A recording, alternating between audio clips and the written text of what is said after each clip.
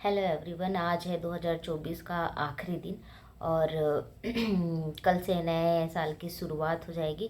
और अगर आप भी सी जी पी एस सी लगातार दे रहे हैं लेकिन प्रीलिम्स भी क्लियर नहीं हो रहा है तो उसका कुछ कारण, दो चार कारण हैं जो मेरे साथ होता है। मैं भी कंटिन्यू कई साल से 2016 से दे रही हूँ। बीच में एक दो साल छूटा होगा, उसके बाद हर साल मैं प्रीलिम्स देती हूँ, लेकिन अभी तक मेरा प्रीलिम्स एक भी बार क्लियर नहीं हुआ। और उसका रीज़न मैं बताऊंगी आगे। और अगर आप लोग के साथ भी ऐसा है कि लगातार प्रीलिम्स नहीं निकल रहा है तो आपको रिलेट करके देखिए, क्या आपकी भी इन्हीं आदतों की वजह से ऐसा हो रहा है। और इस साल भी अगर ये आदतें नहीं सुधरी या इन आदतों में बदलाव नहीं किया गया तो अगली बार भी C G P S C prelims दे के आएंगे और प्रीलिम्स इस बार भी नहीं निकलेगा। तो हमें ज़रूरत है अपने आदत में सुधार करने की। तो पहले जान लेते कि वो क्या क्या आदत है, क्या क्या कारण है ना।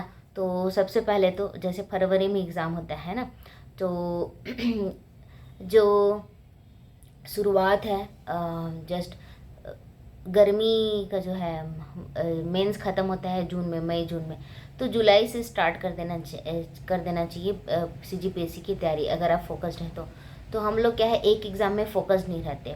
हम लोग जो भी एग्ज़ाम आता है सब में फॉर्म भरते हैं, 4 दिन इसके लिए पढ़ो, 4 दिन उसके लिए पढ़ो, फिर कुछ नया आया उसके लिए पढ़ो। रेलवे का भर देते हैं, एस एस सी, बैंकिंग, सब व्यापम, पुलिस उलिस सब एक साथ भर देते हैं, जब जब जो आता है सब भर देते हैं। और एग्ज़ाम के जस्ट 15-20 दिन पहले उसके लिए, मतलब हर नए एग्ज़ाम के लिए तैयारी करने लगते हैं, तो हमारा जो मेन फोकस है वो छूट जाता है ना। तो यही कि बार बार डिस्ट्रैक्ट मत होइए। हालांकि सारे एग्ज़ाम दीजिए लेकिन उस एग्ज़ाम को एज ए टेस्ट सीरीज़ आप दिलाइए। अगर आप एसएससी के एग्ज़ाम देने जा रहे हैं तो उसको आप अपना सी सेट समझ लीजिए कि आप C G P S C prelims का सी सेट देने जा रहे हैं, और वहाँ पे अपना सिर्फ मैथ्स, रीजनिंग, इंग्लिश ये सबको फोकस करिए, एनालाइज करिए कि आप कितना सी सेट में स्कोर कर पा रहे हैं, है ना। और वैसे ही फर्दर जो एग्ज़ाम है तो जिसमें जीएस वगैरह पूछ रहा है तो उसको आप जीएस की टेस्ट सीरीज़ की तरह ट्रीट करिए और सारे एग्ज़ाम दीजिए, लेकिन आपका मेन फोकस सीजीपीएससी होना चाहिए। तो ये पहला कारण हुआ कि हम किसी एक एग्ज़ाम पे या पर्टिकुलर सीजीपीएससी पे फोकस नहीं रहते। और दूसरा है कि शुरुआत में हमको क्या लगता है कि अरे अभी तो बहुत समय, अभी बहुत समय है। फिर जैसे जैसे समय नज़दीक आता है और ट्रिगर कब दबता है, जब नोटिफिकेशन आता है, मतलब 26 नवंबर के बाद फिर फॉर्म एप्लीकेशन होता है, तो आधा एक महीना तो सिर्फ अपने आप को मेंटली प्रिपेयर करने में लग जाता है कि हमको पीएससी की तैयारी करनी है, प्रीलिम्स एग्ज़ाम देना है। तो पहले मेंटली अपने आप को प्रिपेयर करना पड़ता है कि हाँ अब हम पढ़ रहे हैं, हमको एग्ज़ाम के लिए पढ़ना है, तैयारी करना है। तो लास्ट का सिर्फ एक आध महीना हम लोग पढ़ते हैं, तो एक आध महीने में आप कितना ही सिलेबस कंप्लीट कर पाएंगे। हाँ, उसमें भी कवर किया जा सकता है अगर आपने पहले से कुछ कुछ पढ़ के रखा हुआ है। हालांकि वो सिस्टमेटिक नहीं, लेकिन अगर कुछ हद तक पढ़ा हुआ है तो एक प्रॉपर स्ट्रैटेजी बना के 30-40 दिन में भी प्रीलिम्स क्लियर किया जा सकता है। लेकिन हम लोग एकदम से घबरा जाते हैं, लास्ट में जब कम समय रहता है हम तनाव में आ जाते हैं कि अब इतने कम समय में क्या पढ़ पाएंगे, क्या करें, करेंट करें कि जीएस को करें, इंडियन जीएस करें कि सीजी जीएस करें। इसमें हम बहुत कंफ्यूज होते हैं और इसी में ही हमारा कंसंट्रेशन थोड़ा कम हो जाता है। तो अगर लास्ट में भी आपको तैयारी करने का समय मिलता है, भले वो 30-40 दिन, जैसे अभी अप्रॉक्स ऐसी 35-40 दिन बचा होगा, तो इसमें भी एक प्रॉपर स्ट्रैटेजी बना के पढ़ाई की जा सकती है। लेकिन आपको क्लियर होना चाहिए कि आपको कौन कौन सा सब्जेक्ट ज़्यादा फोकस करना है, कितने मार्क्स आपको प्रीलिम्स के लिए लाने हैं और आप कौन कौन सब्जेक्ट कवर करके उतने मार्क्स ला सकते हैं, ठीक है। तो दूसरा कि हमेशा लास्ट में तैयारी करते हैं और कम समय की वजह से हम प्रेशराइज्ड हो जाते हैं और अपना स्ट्रैटेजी फॉलो नहीं कर पाते, ये दूसरा हुआ। तीसरा रीज़न क्या है कि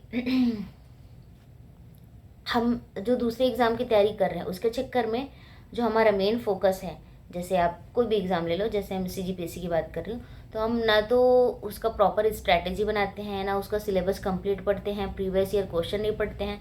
तो सबसे पहले तो आप अपना दूसरे की स्ट्रैटेजी पे नहीं, अपने आप को आप खुद जान सकते हैं कि आप कैसा पढ़ सकते हैं, आपका लेवल कितना है, कौन कौन से सब्जेक्ट की आपकी अच्छी कमांड है। तो इसको आपसे बेहतर कोई नहीं जान सकता। तो अपने नेचर के हिसाब से, अपने नॉलेज के हिसाब से अपनी खुद की स्ट्रैटेजी बनाइए कि किस सब्जेक्ट को कितना समय देना है और कौन कौन से टॉपिक को कितना इम्पोर्टेंस देना है। तो वो आप कैसे एनालाइज कर पाएंगे? पहले तो अपने आप को आकिए, क्वेश्चन पेपर देखिए, कट ऑफ देखिए, उसके बाद अपनी खुद की स्ट्रैटेजी बनाइए। और जितना समय आपके पास बचा हुआ है, चाहे वो 1 महीने हो, 2 महीने हो या 1 साल हो, जितना टाइम आप अपने आप को देना चाहते हैं उसके हिसाब से स्ट्रैटेजी बनाइए। सिलेबस कवर करने के लिए अपने आप को टारगेट दीजिए और अपने आप को पोटेंशियल अपना पुश करिए कि आप उस टारगेट को कंप्लीट कर सकें, ठीक है। चौथा है कि कंटिन्यूटी नहीं रहती। मान लो आपने अपने आप को आकलन कर लिया, क्वेश्चन पेपर देख लिया, सिलेबस सही से पढ़ लिया, उसके बाद आपने ये स्ट्रैटेजी बनाई, ठीक है, फिर आप उसमें पढ़ना शुरू कर दिए, तो कितने समय तक आप उसमें कंटिन्यू रह पाते हैं इसकी भी कोई गारंटी नहीं है ना। तो कंटिन्यूटी हमारी जहाँ पे ख़त्म हुई, जैसे 4 दिन अच्छे से पढ़े, फिर 6 दिन गैप हो गया, 2 दिन गैप हो गया, फिर 4 दिन पढ़े, फिर 1 दिन गैप हो गया, तो इसमें डिसकंटिन्यूटी हो जाता है और जो पढ़ाई का जो फ्लो है डिस्टर्ब हो जाता है और इससे भी बहुत प्रभाव पड़ता है। तो ये जो है रीज़न, मुझे लगता है कि इन सब कारणों की वजह से मेरा प्रीलिम्स नहीं निकला।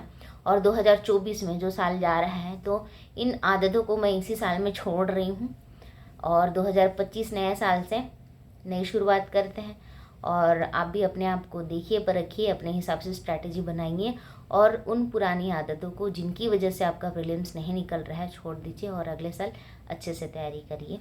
तो सभी को नव वर्ष की हार्दिक शुभकामनाएं और CGPSC प्रीलिम्स के लिए ऑल द बेस्ट।